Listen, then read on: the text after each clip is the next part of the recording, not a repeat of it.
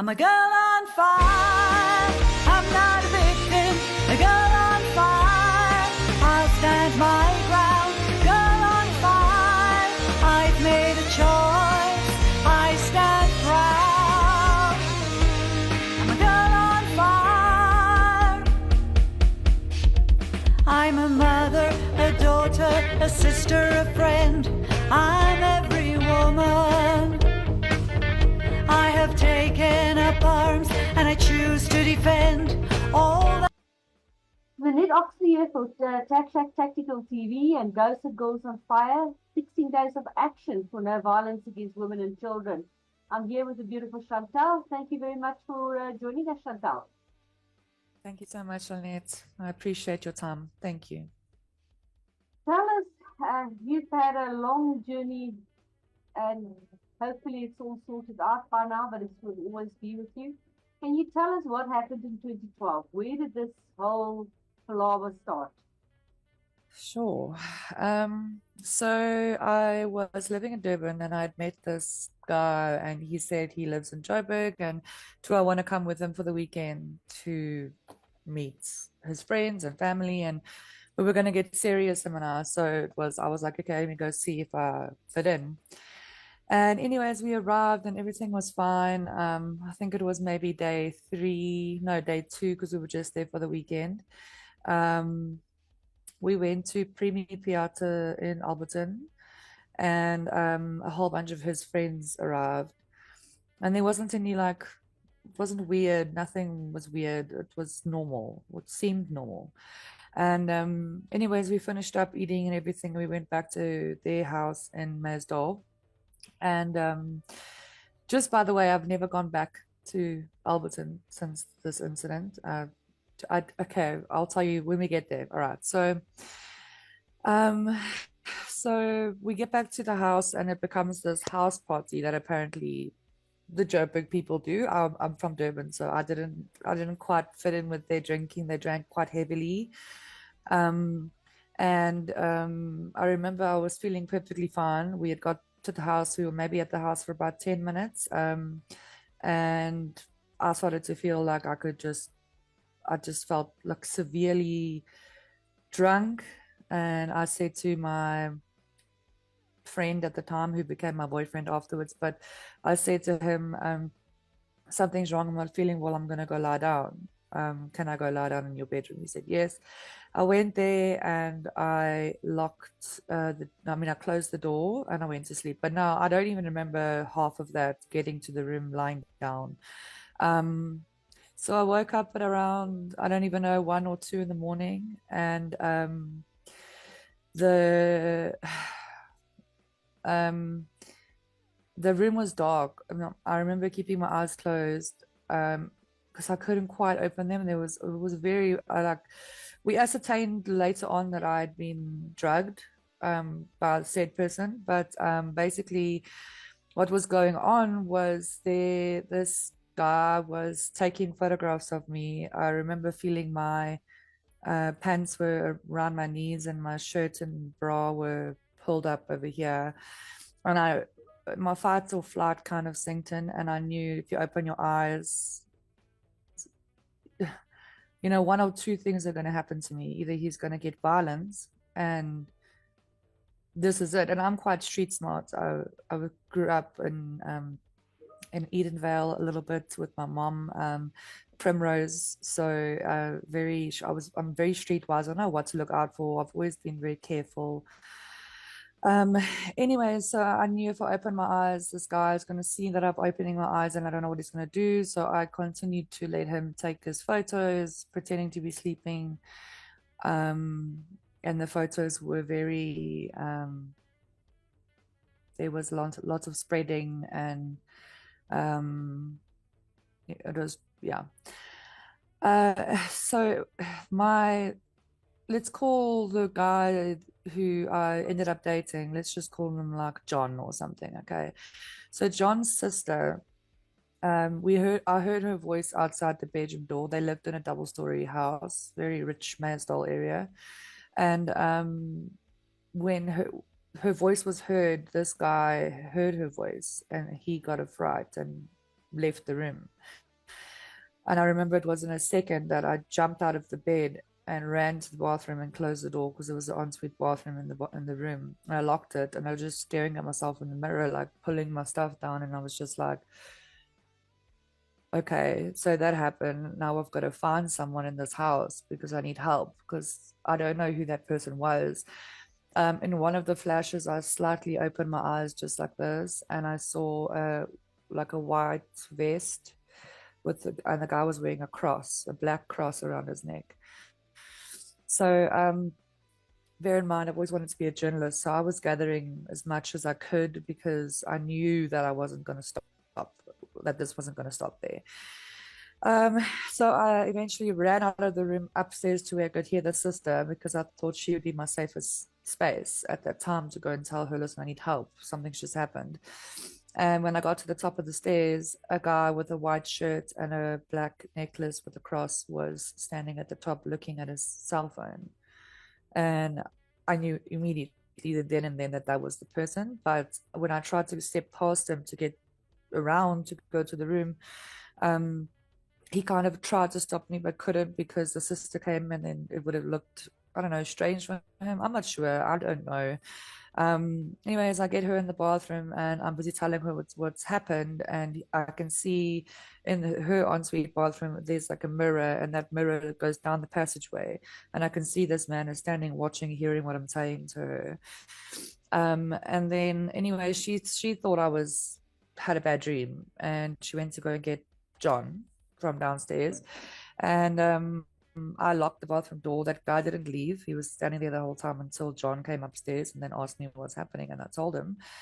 And then they were all convinced. These people don't know me. They were like, no, she's just had a very bad dream. She's just shaken up. She's fine. Nothing's wrong.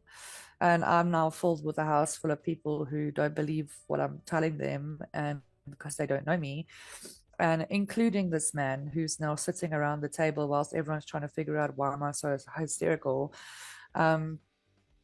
It was about 10 minutes later, him and his wife, who was also in the house at the time, him and his wife left the house while I was still in panic mode. And before everybody left and decided to sleep, I asked for his details, the guy's details, like where he lives, where he works, his number, anything that I could do to take with me to the cops, because I'm not going to let it go. You've done something, you've done something to me, and I needed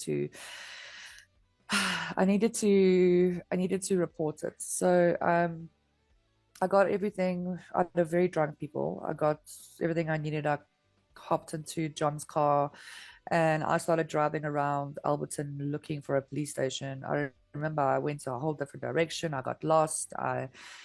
All this while I'm like trying to something just happened to me. All I want to do is find a police station. Eventually I pulled into a garage after going the wrong way to another police station that was the wrong one to report my incident at. And then I went to the garage and I said, I can't for the life of me find this police station, and it was the Brackenhurst police station in Alberton. Eventually the cops said that they would take me there, so I followed them, and when we got there, then I parked my car and I went inside, and pretty much it was ignored. I was there for help. The police officer said this girl is here, she needs help. We just know this and this and this much about why she's here, but someone needs to help her, and then they left. And then I ended up sitting outside on the cold floor, right outside the police door, waiting for them to call me so I can do my thing. My battery started to die on my cell phone because my dad was phoning me the whole time saying, are you there? Okay. Because I'd actually initially phoned him to say, what should I do? This has just happened. And he was said to me, cops go now. So, yeah, it was about maybe 2 o'clock in the morning when I arrived at the police station. And the sun was coming out when they decided to help me. And they only decided to help me because I decided it's not worth it. I'm cold. I don't know where I am. I'm going to get back in the car and I'm going to go back and tell John I want to go home. That's it. I was just going to leave it there. And then as I got up and started walking, then one of the police officers said, no, we're ready for you now. Come. So I was like, okay, all right. I'm not showing any kind of irritation at all. I'm being very emotional. Like I just gone through this thing. I'm 22. Like, what do I know, you know? So anyway, so I go to the back with them, and they took my statement. I gave them a statement, and I had, when I told them what had happened, I was on my period at the time, so I knew that there hadn't been any kind of rape that had taken place, barring maybe the utilization of fingers. There wasn't any, if girls will know, you just know. So I had said that. I'd said this. I'm not calling this rape. I don't know what to classify this as. And they said, well, we're classifying it as rape. That's what we do. It's falling under this category, etc. So, I mean, I'm like, okay, if that's how the law is, then okay. Because I was very naive and stupid back then. I didn't know. Anyway, so they take my statement. There was I'm not sure if I should say racist or not, because the arresting officer was a young white man, along with a black, heavily pregnant woman. Her name is Maggie. And the other guy's name is irrelevant because I don't even remember his name. He's irrelevant to my story. I did take him on though. So, anyways, so the guy says he's going back to the house if I can give them the address. Now I didn't know the address, so I was like, it's in this area through this boom gate. That's all I know, and it's a big white house. And he was like, okay, I'm going to go and find this guy now and see who's at the house and get more info. And we're going to go arrest him. So I'm like, okay, awesome. This is happening awesomely. Like, great. And so they keeping me in the back, still talking. The girl is writing down the statements. They're making me relive everything like second by second. And then they wanted to write more and longer, and then I had to repeat myself. So it was just reliving trauma the whole time. And I later learned that it shouldn't have been in a male's presence at all. It should have been only female officers who had asked me questions, who had heard my story, etc. So, well, in such detail. So, in my mind, this arresting the officer, the detective, has now gone to arrest this guy. I've given him his address, everything. I've given him everything that they needed to arrest this guy and go look at his phone. Like pull, even if he deleted it, I'm sure there's a way that the police can hack things. Like I just assumed it, but we don't live in America, so it's not Interpol, it's not FBI, it's just South African Police Service. Okay. Anyway, so the Maggie chick is telling me that I need to go to the Natalspruit Hospital to get a rape test kit done. And I said to her, there's no reason. I've just given you a statement. Where in the statement did I ever say that there was rape? She says, girl, you don't know you had drugs in your system from whoever gave you drugs. If that is the case, we hadn't determined it at that stage. But she said, we just want to go check. So I said, okay, can I not go in my own personal capacity to like a doctor, like a private doctor, and just get that done and then, come back here later or something? And she said, no, it's got to be done this way. It's Natalspruit. So I go with them and we get to the hospital. I'm still very confused about why I'm there. I go in, it's obviously, you can imagine the scene. It's just me and a whole bunch of people that are sick. And I've never been to this area in Johannesburg before. I didn't know what was going on. This hospital, I later on learned, is one of the worst. And I was in there and they took me to the back to this long passageway that I had to walk down. And then I got into a room with a man and two women. And Maggie says to them that they must do a rape test kit. And I kept saying it's unnecessary. But anyways, Maggie left. Okay, she left me there. She said, I'll be back just now. It's confetti. So I said, okay. So we had gone there in the police van. All right. Or in their police car. So I was sitting in the back of their police car, not the van, the car. And we They told me to take off my underwear. So I went to the bathroom, took off my underwear and left it in the bathroom. And then I came back and they said, sit down. I sat down on the examination bed and they said to me, what happened? So I told them again, relived it, told them this is what happened. And then the guy said to me, so why are you here? So I said, this is exactly what I said. Why am I here? This is not, I don't need this. So he phones the Maggie girl back on their radio, talkie thingies that they have. And she comes back, but now she's angry.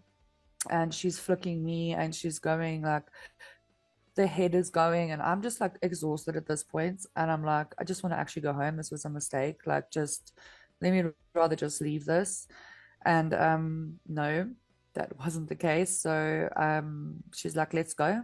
So I followed her and I was walking maybe 5 meters behind her towards, as we got out the almost said hospital, towards her car.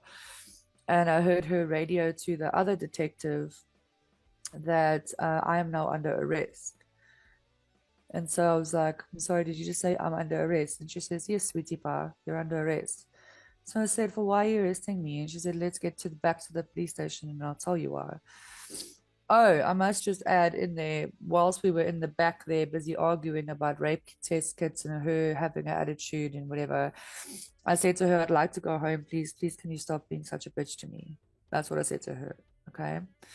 And then anyway, so we get back to the car, and as we arrive at the police station, I got out of the car and I wanted to go put my handbag in my car, or the car. So I started to walk their car towards my car to go put my handbag in the boot, so at least if I'm getting arrested, I don't want them to have my stuff. And then they chased me down and were like, where do you think you're going? You're under arrest. And they tried to put handcuffs on me, and I tried to explain, I want to put this in my car. And they didn't let me, and they took me back with one handcuff on, and they were pulling me with the other side of the handcuff. So we went back into the back where initially I gave my statements, and I'm still very confused because they haven't told me what they're charging me with. They were just telling me you're under arrest. Yeah, and what seemed like forever, they were taking a second statement from me. And it was exactly the same statement. I said exactly the same thing. I hadn't done anything wrong. I'm not sure why you're arresting me. If you're going to arrest me, can I have my call to phone someone, to tell someone that my phone had died by this stage, it was dead. I need to tell my father at least this is what's going on so that they know where I am. And that was denied. So they took me to, it's like interrogation room. And then this way, there's a bathroom where I guess they put the prisoners first and then check that they don't have anything in their bras and whatever. Except this was done by a male, not a female. And they stripped me down. So I was standing there with nothing on. All right. Whilst the door was open and all the other officers were walking past looking in, and so I was very exposed. I was crying. I was just like, please, can you close the door at least, like, please. Anyways, once that was over, they put handcuffs on me and they walked me like 10 meters down some stairs. We turned left, then there was these containers that's like a holding cell. Put me in a container, and then I kept saying to them, where's my rights? Like, you're supposed to read me my rights. I'm sure that you're supposed to read. I wasn't sure of the law back then, so I was like, I'm sure you're supposed to read me my rights. And they just said, we will get to that, we'll get to that. And then eventually they said, we're not going to do that. So I fell asleep on the stairs. It was disgusting in there. It was like people had peed on the floor, and then someone came with a hose pipe and just went like this, but they didn't scrub it. That's all it smelled like. And there was little mattresses like this size, very broken and gross and dirty, and the toilet was working, and I had sussed out the cell, and then I decided the safest and most cleanest place was going to be just sit on these little stairs leaning up against the back of the container. There was like a little sunroof thing coming in, and that was where I was getting sun because I was freezing. And then I remember just sitting there, and I was like in and out of sleep because obviously I'm exhausted by this point. Eventually someone came in, they opened it's like a little window that they opened to talk to you. And they threw my rights piece of paper, my rights, but they threw it in there, and then they shut it. They said nothing. So I picked it up and read through my rights myself. And then hours later, they came and got me. And they took me to the front, and I saw there were different officers that were on duty at the time. By the time I'd gone back around after being in the cell for so long, and I said to the one, "Can I please use your phone? I need to phone. Okay, I do get my rights." So I like held up the piece of paper and I said, "Here it says here you have the right to a phone call. It says it here. Please, can someone?" They were all ignoring me. And it was only until I burst into tears and started getting hysterical that one of the newer people that I hadn't seen before gave me his cell phone and said, "You can use my cell phone because we don't have landlines that can work," which I found very strange. This is a police station. But anyways, he gave me his cell phone. I phoned my dad. I was like, "Phone me back on this number now." So that guy didn't waste his airtime. He was happy with that. My dad phoned me and I said, "They're arresting me. I don't even know what the charges are for yet. This was a very bad idea. You need to get me out of here. Help me, please. Please help me." And whilst I'm talking to my dad, John, and the detective who went to go and arrest the guy that he was supposed to go arrest arrived back with John and not the guy who had done what he did. And John was now there to take my belongings. And he tried to defend me, and he was saying, "Whoa, but no, that's what's going on. What is the reason?" And they took him to the back, and I could hear them screaming at him and interrogating him and intimidating him, should I say. And then he said to me, eventually they said, "We're going to arrest you if you don't stop, sir." So he had to stop. And then I said to him, John, and I was like, "Please phone him, phone my father, tell him where I am, tell him what they're doing, get me a lawyer, help me now, I need help now." He took all of my stuff, my jewelry, I took everything off and I gave it to him, and I said, "Keep it safe, get hold of my father, help me." Then they took me away, handcuffed once again, to the back of a police van that I had to get into, and they drove me from Brackenhurst to the main Alberton police station. It's a bigger one, I'm assuming. I went straight through the back door, and I saw the very first white police officer that I'd seen during this whole ordeal, besides the detective. And I thought, yeah, maybe this was a racist thing. I wasn't sure what was going on because they're not listening to me when I talk. So I thought, okay, let me ask him. So I asked him, and he ignored me. He looked down like he didn't see me standing there crying, going, "I've been wrongfully arrested. Something is wrong. Help me." And then he's looked at the docket or the piece of whatever they gave him, and he said, "Perjury and crimen and juror." So I said, "What does that even mean? What is perjury? What is crimen and juror?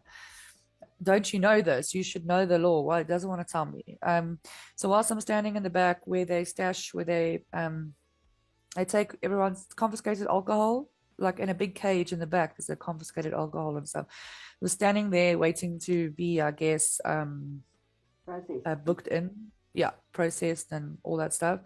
And I turned around, and on the wall behind me there was kind of description of the different kind of crimes you can commit, and that's when I found out what perjury was. I never knew what crimen and juror was until much later on. But perjury is two written statements that conflict against each other that you've said under oath, of which that did not happen. That didn't happen. Like we relived it. We asked to see the second statement in court. We never got to ever see the second statement. Anyways, eventually they took me from the back to the holding cells where I was going to spend the night. But instead of putting me in the one with the girls, they carried on walking and put me in the one with the boys for approximately 10 seconds. They closed the gate behind me. The men started getting up and coming. Like, I don't know what those men were in jail for. I don't know. And I'm a young girl, like, and now, and it was just, it was probably one of the ones that make me shake still, memories. Anyways, so after 10 seconds, they said, that's a favor to Maggie. Okay, so Maggie's the pregnant lady who I said, please stop being such a bitch to me, crimin and juror. Okay, so that's where that whole crimin and juror charge comes in. By the way, crimin and juror is only, it's only punishable by a fine. It's not punishable by arresting and torturing you for 36 hours. So the guys were taking their members out of their pants and coming towards me, and then I was screaming and bashing on the gates, was screaming, and then they let me out and they're laughing as a favor to Maggie and put me in with the girls. Now, when I got in with the girls, there was this old white tanny and there was a young black girl. I don't know what they're in there for. I'm hysterical. I had hair extensions in my hair. And I remember they were like going like this to my hair, the girls. I don't know what they were doing, but like obviously I felt shouldn't be happening. I don't do anything to deserve this. A million things are going on through my head. When it was time for dinners and breakfasts and lunches, they would deny me. Now that they denied me to drink, eat, nothing. I couldn't. They didn't want to, and then I would always say it's a favor to Maggie. So they wouldn't even let me drink or eat. So I ended up drinking tap water out of the tap at one stage, I remember. And the tap was like broken, so it like sprayed up at you. So I was just gathering it in my hand and just doing very surreal when you look back at it. And actually, when I look back and be like, yo, but you survived that, girl. But so they would refuse me anything to eat or drink while I was there. The mattresses were again this thin. I had no pillow, and they refused to give me a blanket. Let me just keep on reiterating. Every time I was denied something, they would say, "This is a favor to Maggie." So this is why I will never forget her name. The other arresting officer, I don't know. I think I can remember his name if I had to think really hard. But anyways, okay. So it's now the next day, and hardly slept during the night. Woke up, got called to the front, like where I initially came in, and I thought it was, yay, they're getting me out of here. And it turned out they just wanted to. It was one of those people that profile you to see if you fit any other crimes that's being committed. And I remember I was speaking to this man, and he was looking at me very confused. He was like asking me the questions he had to ask, but he was a white man. He was looking at me like, so he says, "What are you doing here?" I said, "I don't know. I've been unlawfully arrested. I'm waiting for someone to help me." And then he just said, "Okay, all right, all right." And then I thought he was going to help me, but I don't even know who that person was. So I've never seen him again. It was during the night before I went and got profiled. The black lady, she had a cell phone, and that was hidden, obviously, that she hid. And I said to her, please, just send me a please call me to my dad, please. And I actually managed to speak to my dad in prison. I say prison like I was in prison, but it was prison for me. That was prison. Even though it was holding cells, that was prison. I was locked up. My rights were taken away. It was as simple as that. It's a horrible feeling when you're in the back of a police van, you look out, and it's always hard to talk about, like when you look out of the little slats, and I just saw like everybody else getting on with their lives, and they had all this freedom, and then I'm sitting there and I'm like, I don't know why this is happening. Anyways, so after that, I got profiled. They denied me food again. By this stage, I was so hungry. John had tried to bring me a takeaway and a jacket in the middle of the night, and they refused to give it to me. So as another favor to Maggie, I would later find out. I don't know what time it was, because in prison, time goes so slowly. You have no idea. There's not a clock on the wall. You don't know what the time is. You just assume by the lights what the time is. I would say around about 10, 11 o'clock. And they call me or they come get me and they take me to the like there's like a little room that you can before you can go out of the bars, like the gate that's locked, that you go out of your cell around and you can go in there. And then I met my lawyer for the first time. John had managed to find me a pro bono lawyer called Johan. He was from Wood Park. And he had rushed over. He was a police officer back in the day, and now he was a lawyer. And so he knew the people that were in there, and he I could just hear him screaming and demanding, now, now, now. And then he said, go get whatever's left in the cell now and come. And I said, I literally am wearing what I have. I've got nothing with me. That's it. And then I remember feeling just a sense of kind of, okay, I'm gonna be okay. He's gonna take me now and I'm gonna leave. But that wasn't the case. So he came with me to, I managed to now no longer be locked up behind that bar, and I walked down the passageway once we got out there. So I basically passed everyone that comes into the police station to get like your documents stamped or whatever. So now I'm this girl walking past. I'm so embarrassed. I don't know where to look. I'm just like focusing. He took me to the room where the lady processed my fingerprints and all that jazz. She was also giving me a lot of attitude, just felt very that I need to shut up now and stop speaking for myself and advocating for myself. I have a lawyer. I'm not going to say anything else. I'm done. So my lawyer was telling her, hurry up, hurry up, hurry up. We better get this girl to the Palm Ridge Magistrates Court now so that the judge can let her out. By this stage, it was Monday morning, 36 hours after I'd been arrested initially. Well, I'd say about 28 hours, because I still spent more time in their holding cells at the Palm Ridge Magistrate Court. And basically, when I got there, on the way there, they handcuffed me in the back of the van and drove recklessly on purpose. Another favor to Maggie, where I had bruises all down my body. From being thrown around. You can't really get up because you're like this, trying to move yourself around and pick yourself up while they're still just very frightening experience, going around corners and you can hear their wheels screeching. Like I was so worried they were going to roll it and I was going to die, and that was the end of my story.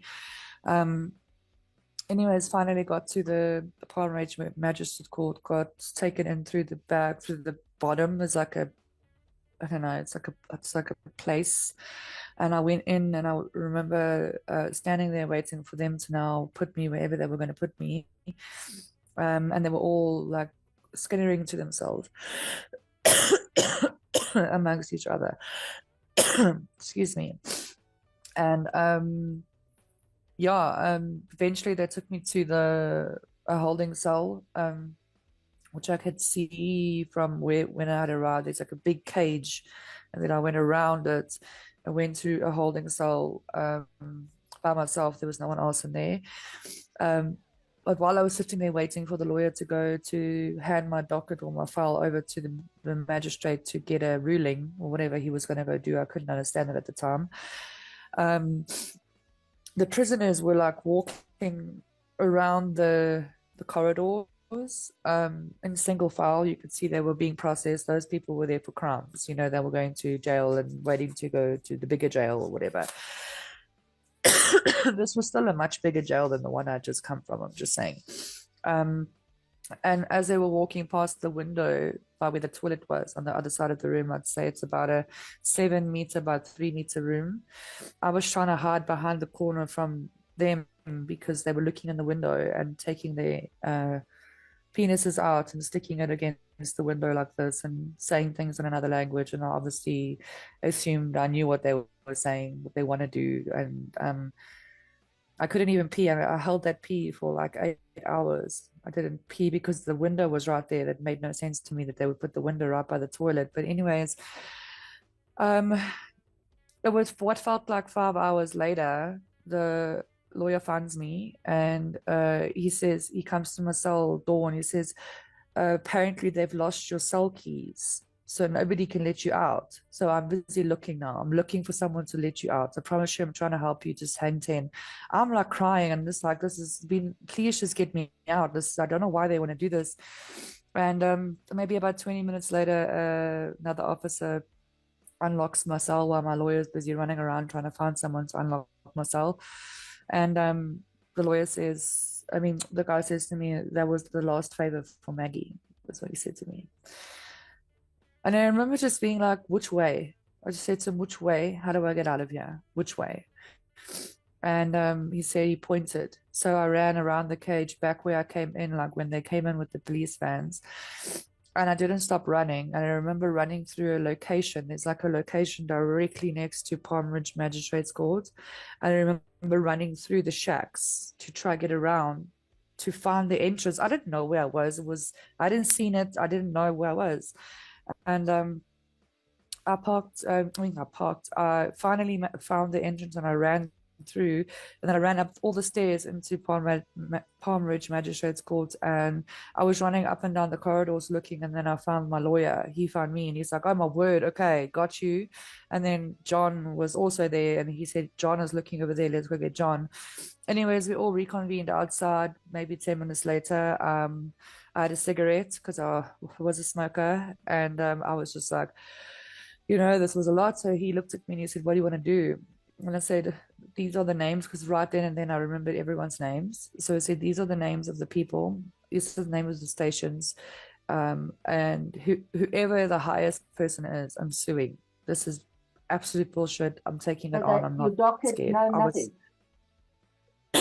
So the magistrate court, the magistrate said to Johan, my lawyer, what the fuck is this girl doing in jail? Tore up my docket and said, get her out of there. That was the magistrate's reaction to me being in jail.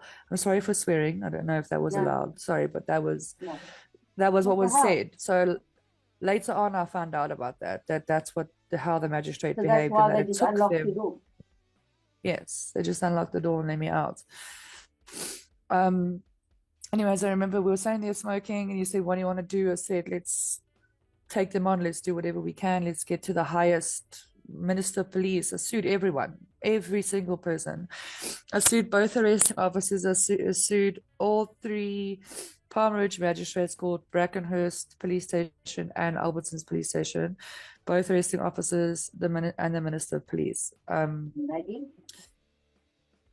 Yeah, both arresting officers. She's one of the arresting officers. Is it? Yeah. So Maggie was heavily pregnant. I'm going to go ahead and say about 8 months pregnant, very, very pregnant. I get it. I've had 3 children since then, and I know hormones, but to torment someone for 36 hours. Anyways, let's fast forward to the end when I finally got justice. It's not really justice, but let me just tell you what kind of justice I got. 4 years later, I'm in court. And I have to stand in front of the judge and retell my story now for the billionth time. Mind you, in those 4 years, I've gone to psychiatric wards for post-traumatic stress disorder, chronic anxiety, blacking out from it was just so much emotional strain and whatever that I'd gone through to get to that point, And now I'm standing up and both of the arresting officers are there.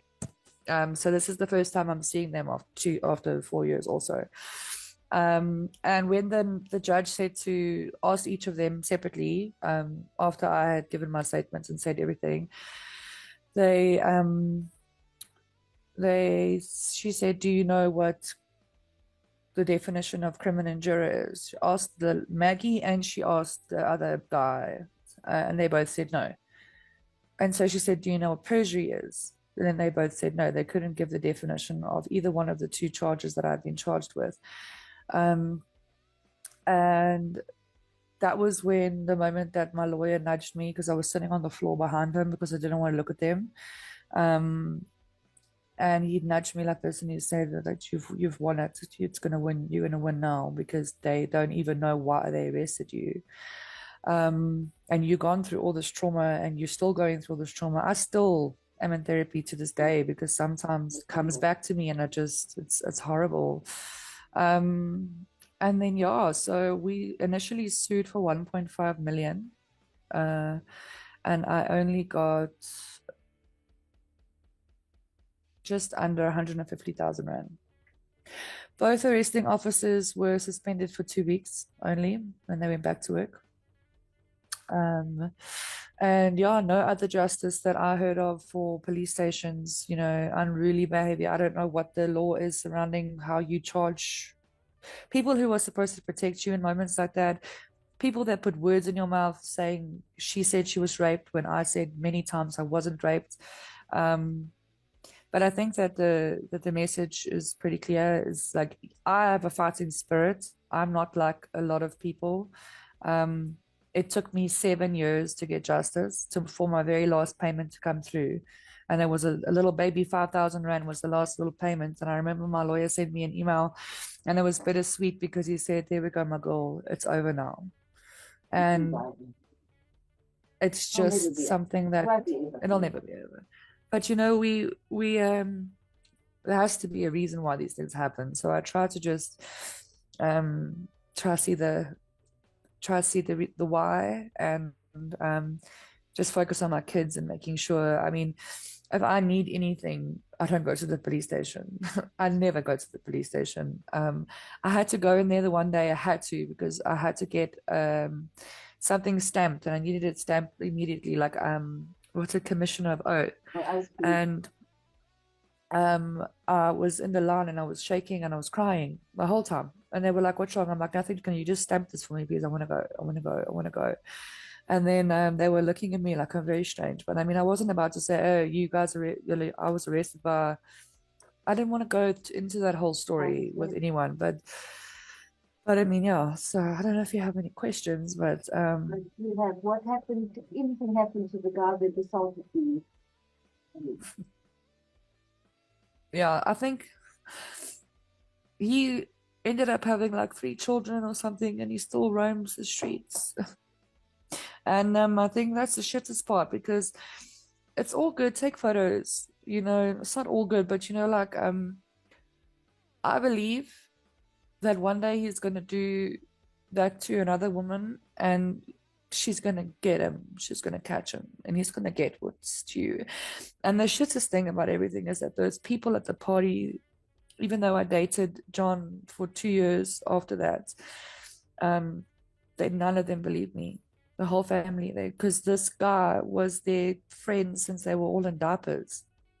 So they didn't believe me. And to this day, they still think I'm lied about the whole thing and made it up. And so I guess I'm just waiting for God to enter. God will take care of it. I know he'll get what he needs to get. You can't live your life, but it irritates me because he is living his life. I don't know. This is the last I heard, which was probably the last time I ever asked or looked was maybe 4 years ago. I don't make a habit of looking for him.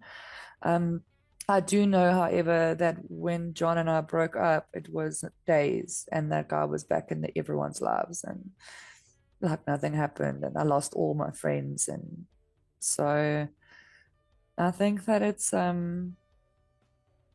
I mean, if your friends don't even believe you, police don't believe you, it was a very horrific feeling. And I hope I never have to feel that way again. It's a horrific story. This I can see, because unfortunately that's happened in South Africa. Do you think that the money is, even if it was 1.5 million Rand, it would have made no difference to the way they treated you? But that's always going to stay with you. Listen, I wasn't even after the money. I said to him that I'm after justice. What justice? No, definitely not. I don't think so. I think, if anything, they don't even remember me. They've forgotten about me. And I've got to live with it for the rest of my life, and I've got to be the one who is scared to do anything that remotely involves the police. I mean, we got pulled over the other day. My husband and I was in close to not Brackenfell, man. Close to Benoni. Because sorry, it's the crying. The crying has made my nose start running. It was close to Benoni. They pulled us off, and I was pregnant. And this was the beginning of the year, and the cops pulled us over, and I got out of the car and I stood about 10 meters away and let the traffic officer talk to my husband, because I can't do it. Like, if they talk to me, I'm like, yes, Mr. Officer, yes, no, Mr. Officer. Like, I have to have the utmost respect for them, because I am terrified of what they will do to me if they twist my words, or if some documentation isn't correct, or I just don't even want to. So I got out of the car pregnant, stood there with my hands behind my back like this, my belly is sticking out, and he was looking at me and asking my husband, what you doing? And my husband said, no, she needs to pee, so she's just standing over there waiting for you to be done so we can go. And then when we left, I was so beside myself. When I got to where I was going, I cried and cried. And I mean, this is 12 years later. I mean, and I'm still behaving this way, and I'm in therapy, hectic therapy. And luckily I don't have post-traumatic stress disorder anymore. Myself and a kinesiologist, so somebody who works with balancing and kind of like a life coach. She got me off of all the pills. I currently now have postpartum depression, so I'm just on antidepressants for that, just to get me through that. But other than that, I mean, I'm not a drug addict. I'm not an alcoholic. I didn't let it destroy me. But I think that's because I had kids, because before I fell pregnant with my daughter, my firstborn, I was on another mission, and numbing, until I faced it head on, bravely, in therapy. That was the only time that I could actually get over it. But and I will always try and tell my story where I can, but I find it to be quite draining. There's obviously more to the story in terms of little fillers, but I tried to give you the most relevant information as I could, and I tried to remember as much as I could. Thank you very much for speaking to us. Do you have a message to other ladies out there in 16 days of action? So I've changed it from 16 days of activism to 16 days of action, because you actually did take action. It was not easy. You paid a high price for that as well. But you fought back. Do you have a message for the other ladies, for other women out there? It might seem impossible, but it's possible. You just need one person to believe you. You just need one person to take your hand and say, this is what we're going to do. I didn't have a lot of money. My lawyer was pro bono, luckily. And he got his money. I wanted him to take everything. I said, it feels like dirty money at the end of the day. That's what it felt like.